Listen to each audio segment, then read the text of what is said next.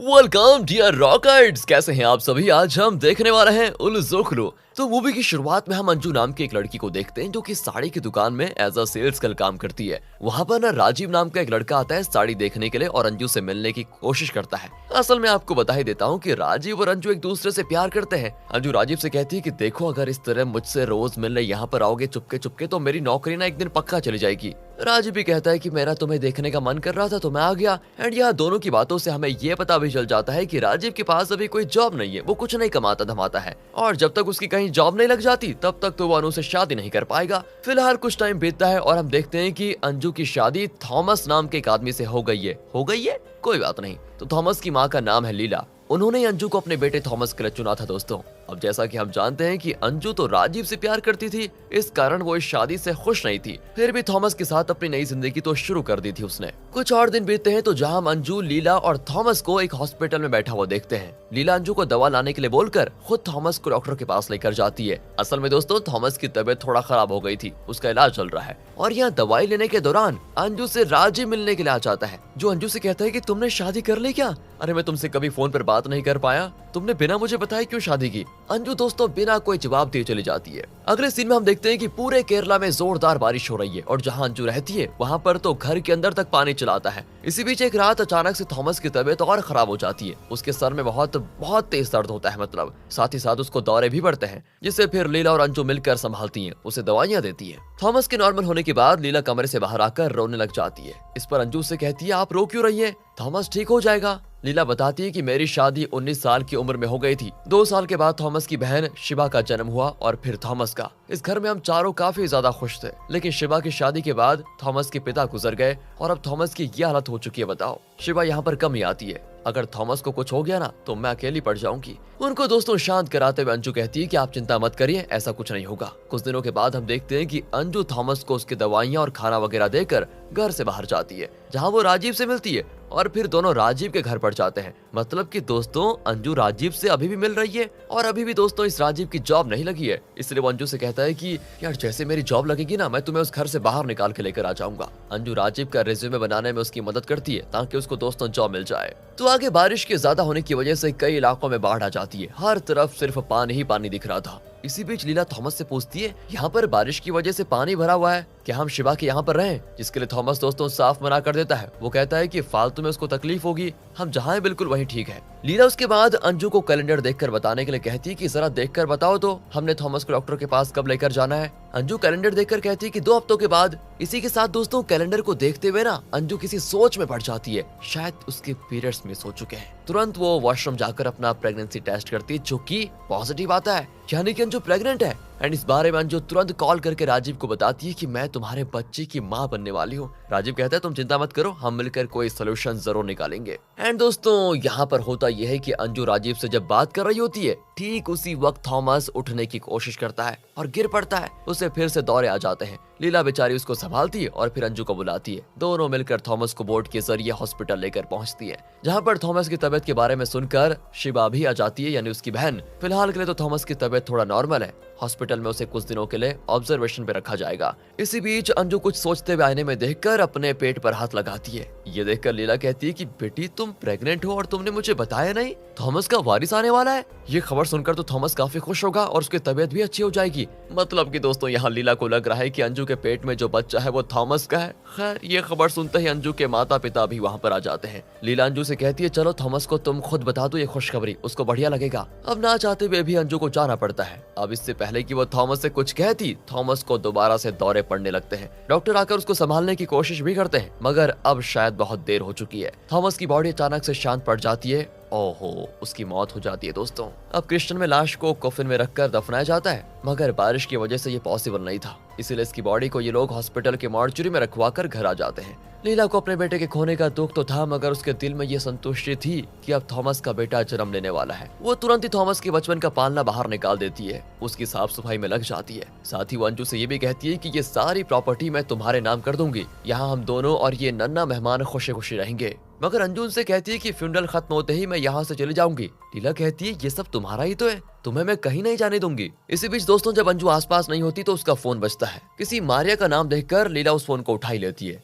सामने से राजीव की आवाज को सुनकर लीला एकदम दंग रह जाती है। उसे दोस्तों अब यहाँ से अंजू पर शक हो जाता है, इसलिए वो अचानक से अंजू से बात करना ही बंद कर देती है। और ये चीज नोटिस करके अंजू आखिर लीला से पूछती है कि आप मुझसे बात क्यों नहीं कर रही। तब जाकर लीला अपना शक के बारे में उसे बताती है। अंजू कहती है, अरे वो राजीव मेरे कॉलेज का दोस्त है, उसने थॉमस की बीमारी के दौरान काफी मदद की है। मम्मी पापा को उससे मेरा बात करना पसंद नहीं था, इसलिए मैंने उसका नंबर मारे के नाम से सेव किया था। इसके बाद दोस्तों एक रात अंजू बहुत ही बुरा सपना देखती है कि थॉमस उसके बच्चे को मारने की कोशिश कर रहा है। तो फिर वो तुरंत राजीव के पास पहुंचती है और कहती है कि मैं अब वहाँ उस घर में नहीं रह सकती। राजीव उसको समझाता है कि अरे ऐसे थोड़ी, मेरी बड़ी मुश्किल से एक बार जॉब लगी है बस, जिसकी सैलरी तो मेरे अकेले के लिए काफी नहीं है। भला मैं तुम्हें कैसे रखूंगा, बस कुछ दिन और वेट करो, मैं जल्द ही तुम्हें वहाँ से लेकर आ जाऊंगा। इस तरह करके दोस्तों वो अंजू को मनाकर वापस भेज देता है। मगर वहाँ जाकर अपनी सास से झूठ बोलना अंजू को बर्दाश्त नहीं था, इसलिए वो लीला से राजीव के बारे में दोस्तों आखिरकार बता ही देती है। साथ ही ये भी कहती है कि ये बच्चा थॉमस का नहीं बल्कि राजीव का है।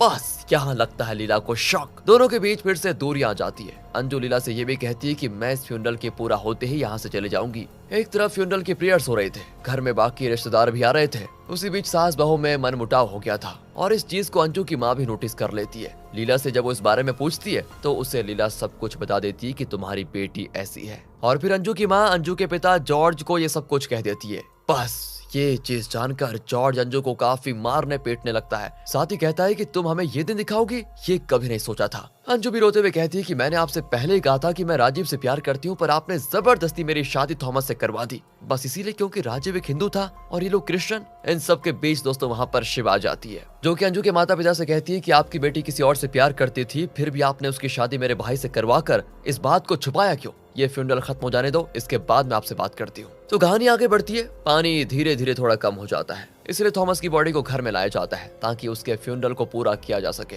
इस दौरान अंजू का फोन उसके पिता जॉर्ज के पास था। साथ ही उन्होंने राजीव को भी काफी उल्टा सीधा बोल दिया था, इसलिए अंजू से बात न हो पाने के कारण राजीव अंजू से मिलने के लिए फ्यूनरल में चला आता है। अब सभी लोग अंजू को बाहर प्रेयर करने के लिए बुला रहे थे, पर वो नहीं आ रही थी। उसी बीच मौका पाकर राजीव खिड़की के जरिए अंजू से मिल जाता है, जिसको देखकर अंजू बोलती है कि तुम यहाँ पर क्या कर रहे हो, मैं तुमसे मिलने के लिए सही समय देखकर आ जाऊंगी, अगर पापा ने तुम्हें देख लिया तो वो तुमको मार डालेंगे। ये सारी बातें कहकर अंजू राजीव को वहाँ से भगा देती है। अब पानी फिर से बढ़ने लगा था तो जॉर्ज लीला को सलाह देता है कि हमें थॉमस की बॉडी को यहाँ के बजाय शहर में दफनाना चाहिए। लीला कहती है कि अब चाहे जितने भी दिन लगे, पर थॉमस को उसके पिता के बगल में दफनाया जाएगा, यहाँ तक कि मेरे मरने के बाद भी मुझे इसी जगह पर दफनाया जाएगा। आगे मौका देखकर लीला अंजू के पास जाती है और कहती है कि तुम्हें अगर कहीं जाना है तो जा सकती हो, पर ये बच्चा मुझे दे दो, इसकी मैं देखभाल करूंगी अच्छे से। लेकिन अंजू इसके लिए मानती नहीं दोस्तों, और इस कारण दोनों में फिर से बहस हो जाती है। अब एक सिस्टर भी आई हुई थी जो कि लीला की बहन थी। उसके मुंह से अचानक निकल जाता है कि इसने सब कुछ जानते हुए शादी की है, साथ ही इसने थॉमस का भी अच्छे से ख्याल रखा। अब इस बात को जैसे अंजू सुनती है, वो लीला की सिस्टर से सवाल करती है कि आप किस बारे में बात कर रही हैं।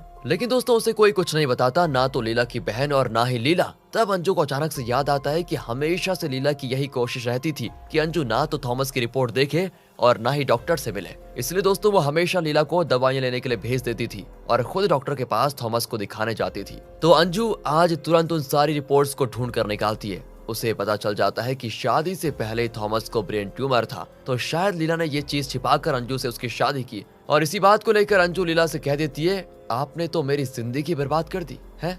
इस पर दोस्तों लीला सिर्फ एक ही बात कहती है कि मुझे नहीं पता था कि ये बीमारी इतनी ज्यादा जानलेवा है। अंजू भी लीला को काफी सुनाकर चली जाती है। ये सब देखकर सिस्टर यानी लीला की बहन अंजू से आकर बताती है कि उन्होंने शादी के पहले अंजू तुम्हारे पिता जॉर्ज के एक दोस्त को सब कुछ बता दिया था। और ये बात सुनते ही अंजू अपने पिता के पास जाकर पूछती है कि आपको क्या सब कुछ पहले से पता था। लेकिन जॉर्ज को तो कुछ खबर ही नहीं थी दोस्तों। आखिरकार काफी बात वगैरह होने के बाद ये पता चलता है कि अंजू की माँ को सब कुछ पहले से पता था, ना कि उसके पिता को, क्योंकि जब जॉर्ज का दोस्त घर में लड़के की बीमारी के बारे में बताने आया तो वहाँ जॉर्ज नहीं था बल्कि उसकी माँ थी। अंजू की माँ ने सोचा कि लड़के पैसे वाले हैं तो बाद में सब कुछ अंजू का ही होगा, इसलिए लालच के कारण उन्होंने अंजू की शादी एक बीमार लड़के से करवा दी जो कि कुछ ही महीनों का मेहमान था। इसी बीच दोस्तों जॉर्ज को लीला मिलने के लिए बुलाती है। उससे कहती है कि अंजू को उस लड़के राजीव के साथ जाने दो, उसकी पूरी जिंदगी बची हुई है। जॉर्ज कहता है कि ये मेरे जीते जी कभी नहीं हो सकता, मेरी भी समाज में इज्जत है। लीला कहती है कि जानते हो मैं भी नहीं चाहती थी कि अंजू जाए, क्योंकि उसके जाने के बाद मैं बिल्कुल अकेली पड़ जाऊंगी, इसलिए मैंने जानबूझकर फ्यूनरल को इतने दिन खींचा। पर अब नहीं, मैं अपने स्वार्थ के लिए उस लड़की की जिंदगी और खराब नहीं कर सकती, इसलिए तुम शहर में ही थॉमस को दफनाने का इंतजाम करो। और रही बात इज्जत की, तो अगर हमारे बच्चे खुश रहें तो हमारे लिए ये काफी होना चाहिए। लीला की बात दोस्तों जॉर्ज की समझ में आ जाती है और वो अपनी बेटी को उसका फोन वापस कर देता है। साथ ही साथ वो कहता है कि बेटा तुझे अपनी जिंदगी जीने का पूरा हक है, और ये कहकर दोस्तों वो चला जाता है। अंजू को जैसे ही पता चलता है कि सब मान गए तो वो तुरंत ये बात राजीव से बताती है। राजीव कहता है कि ये तो बहुत अच्छा हुआ,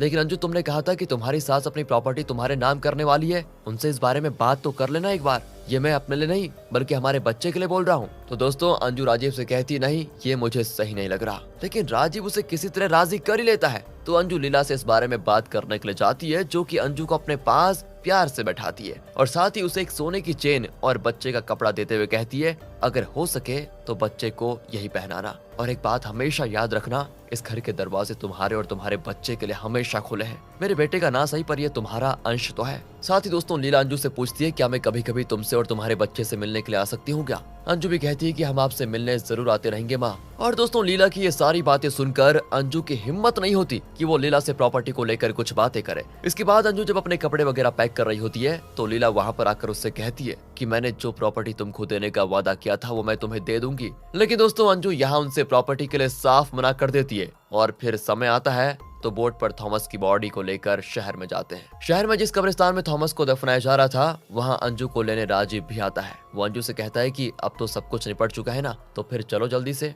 और हाँ, तुमने अपनी सास से प्रॉपर्टी की बात की क्या? ये सुनते अंजू कहती है, अरे वो तो दे रही थी, मैंने मना कर दिया। राजीव कहता है कि उस प्रॉपर्टी के जरिए हम कोई नया बिजनेस शुरू कर सकते थे, और ये मैं अपने लिए नहीं बोल रहा, जाओ उनसे बात तो करो एक बार। लेकिन अंजू कहती है, एक बात बताओ, तुम्हारे लिए मैं इतने लोगों से लड़ी, इतना सब कुछ किया, और तुम्हें बस प्रॉपर्टी चाहिए? लेकिन दोस्तों देखिए राजीव यहाँ पर क्या बात कह देता है। वो कहता है कि तुमने मुझे धोखा देकर शादी की, ये जानते हुए भी कि तुम मुझसे प्यार करती हो और अपने पति के साथ बिस्तर में रही तुम, फिर भी देखो मैं तुम्हारे साथ रहने को तैयार हूँ, ये प्यार ही तो है। अब दोस्तों अंजू ये बात सुनकर राजीव को देखने लग जाती है कि इस आदमी के लिए मैं लोगों से लड़ रही थी। हालांकि दोस्तों तुरंत ही राजीव अपने शब्दों के लिए अंजू से माफी भी मांगता है और चलने के लिए कहता है। अंजू कहती है कि देखो फ्यूनरल खत्म होने और लीला माँ के जाने के बाद ही मैं जाऊंगी।